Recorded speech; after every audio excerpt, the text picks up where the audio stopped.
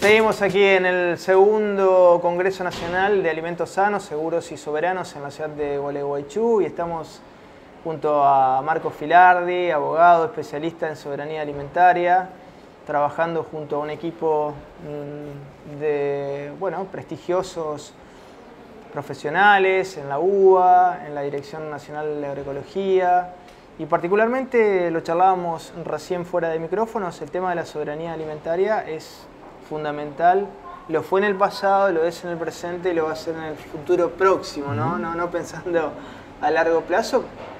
Y digo, hoy se virtieron en este encuentro a primera hora distintos datos que son relevantes, ¿no? Si uno piensa en la crisis de los suelos, en la crisis ambiental, en la huella hídrica, ¿no? En los déficits hídricos, ¿no? Entonces, ¿cómo pensamos la soberanía alimentaria, Marcos? O sea, ¿pensarlo de manera macro o también hay una responsabilidad de cada familia en esto, ¿no?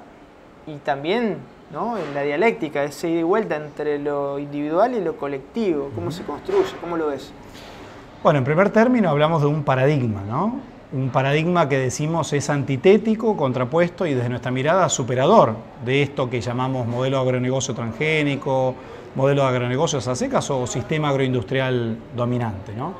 Y un paradigma que también es importante señalarlo fue introducido por la comunidad campesina organizada, ¿no? Centralmente fue la Vía Campesina, que nuclea más de 200 millones de campesinas y campesinos de todo el mundo, pescadores artesanales y pastores tradicionales, la que por primera vez habló de soberanía alimentaria. Y no hace tanto, hace tan solo 26 años que por primera vez se escuchó hablar de soberanía alimentaria, ¿no? Como el derecho de los pueblos a definir libremente nuestras políticas, nuestras prácticas, nuestras estrategias de producción, de distribución y de consumo de los alimentos, las tres patas, ¿no?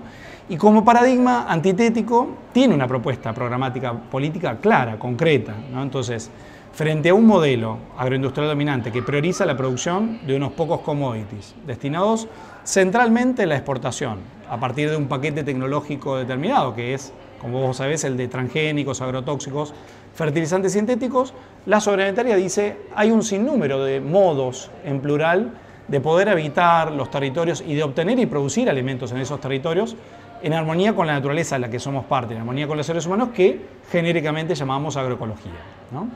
Y esa agroecología al mismo tiempo es una agroecología centralmente de base campesina, prioritariamente poniendo en el corazón del sistema productivo la agricultura familiar campesina e indígena, porque es aún hoy a nivel global y en nuestro país la agricultura familiar campesina e indígena la que produce los verdaderos alimentos que llegan a nuestras mesas, ¿no? Entonces, agroecología de base campesina, agricultura familiar campesina e indígena en el corazón.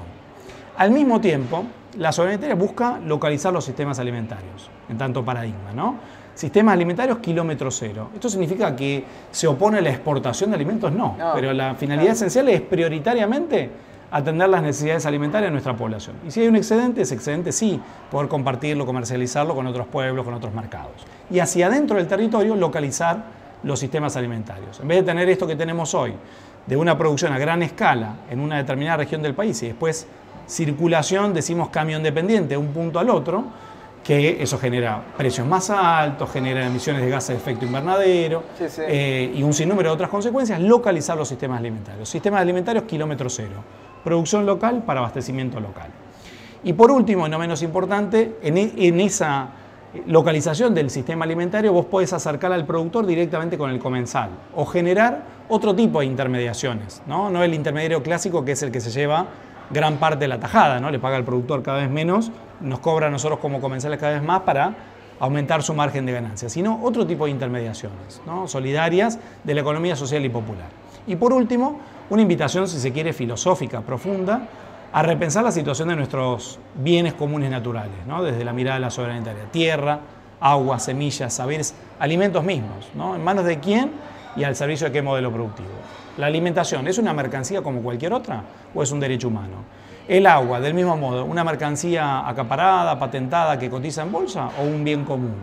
¿Las semillas, una mercancía objeto de derechos de propiedad intelectual, concentrada, acaparada o base de reproducción de la vida misma, ¿no? Y patrimonio común de los pueblos? Y lo mismo con los saberes.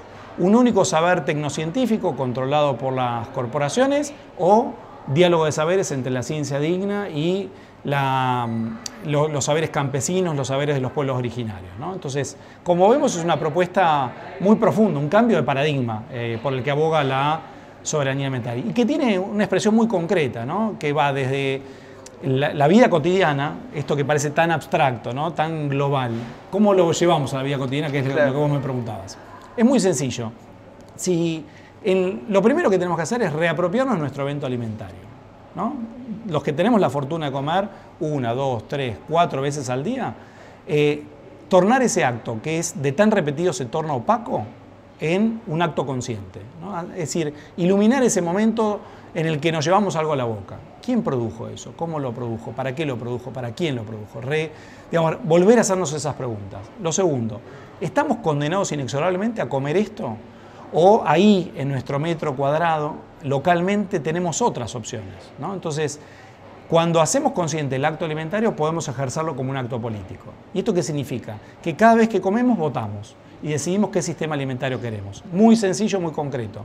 Si yo, para procurarme esta cena, me voy a un hipermercado y me compro un ultraprocesado, tengo que saber que a partir de mi elección alimentaria sigo alimentando a la industria alimentaria altamente concentrada con todas sus, digamos, consecuencias negativas en toda la cadena, el supermercadismo, ¿no? Como gran actor que monopoliza la comercialización de los alimentos, los grandes actores ganadores de este sistema agroindustrial dominante. Si por el contrario, para procurarme mi cena yo le compro un bolsón de verduras a la UTT, acá, sin ir más lejos, ¿no? En el mercado en el que estamos, sostengo la economía social y popular, sostengo la agricultura familiar campesina e indígena, sostengo la agroecología. Entonces, convertir ese acto en un acto consciente y en un acto político. Votamos cada vez que comemos. Y lo último, sí. ¿Alcanza solo con esto? ¿Solamente con nuestras opciones individuales de consumo? No, claramente que no. Por eso siempre decimos que la construcción del paradigma de la soberanía alimentaria requiere una salida colectiva, no hay una salida individual. Enhorabuena el acto individual de consumo, pero sobre todo interpelarnos como miembros de una comunidad política. ¿Qué sistema alimentario queremos? ¿Qué sistema alimentario soñamos? ¿Qué políticas públicas necesitamos para concretarlo? ¿Y cómo podemos hacer para reunir el poder popular lo suficientemente fuerte para conseguir esas políticas públicas que necesitamos, ¿no? Ahora, qué difícil que es también, ¿no? Pensando en lo macro, ¿no? Está clara la responsabilidad individual de cada familia, de cada uno de nosotros, pero si uno piensa en el mapa de América Latina en las últimas décadas, tanto gobiernos de derecha liberal como gobiernos progresistas han avanzado en esquemas que agreden el medio ambiente, talas masivas en Paraguay, en Argentina, en Bolivia, en Brasil, también lo macro es un escenario muy complejo, ¿no? Para América Latina, y así, volviendo a lo organizacional, estamos aquí a las experiencias colectivas, a la responsabilidad familiar. Estamos aquí, digo, en Gualeguaychú, donde hay un programa más que interesante, ¿no? Eso quizás sea el horizonte, como se habló hoy, a construir, ¿no? Frente a esta macropolítica tan compleja, ¿no? Y ciertamente no es casual que sea a nivel local, donde estas experiencias están haciendo su caminito. Yo tengo la fortuna de haber participado, ¿no? de los inicios del Plan de Alimentación Sana, Segura y Soberana, y yo la fortuna y el privilegio, porque con una decisión política clara y con coraje se puede mostrar otro horizonte, ¿no? Y un horizonte de transición. Por más que queramos, no vamos a poder salir de este modelo de la noche a la mañana, porque seguro, no deja de ser la principal fuente hoy de divisas del país.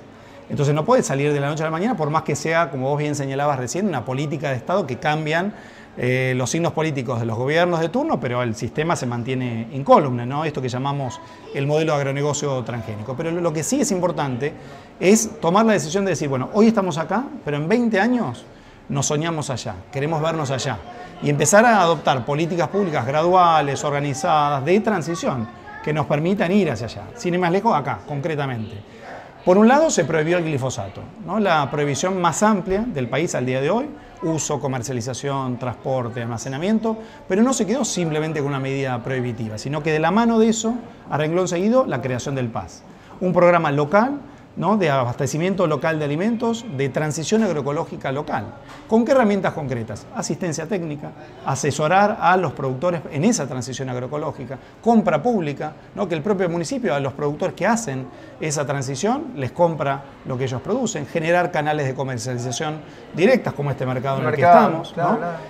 Al mismo tiempo, generar una multiplicación de saberes alrededor de estos temas. Sin ir más lejos, este congreso es una experiencia de eso, ¿no? Una experiencia de intercambio de saberes sobre la alimentación como un derecho humano fundamental, ¿no? Entonces, estas son las políticas que nosotros reivindicamos que van en la dirección correcta, ¿no? Son pasos necesarios, congruentes, coherentes hacia este paradigma de la sobrealimentaria, que por supuesto no va a ser de la noche a la mañana, va a haber obstáculos, va a haber piedras en el camino, va a haber contradicciones, pero bueno, saber que hay una decisión clara de ir en esa dirección, ¿no?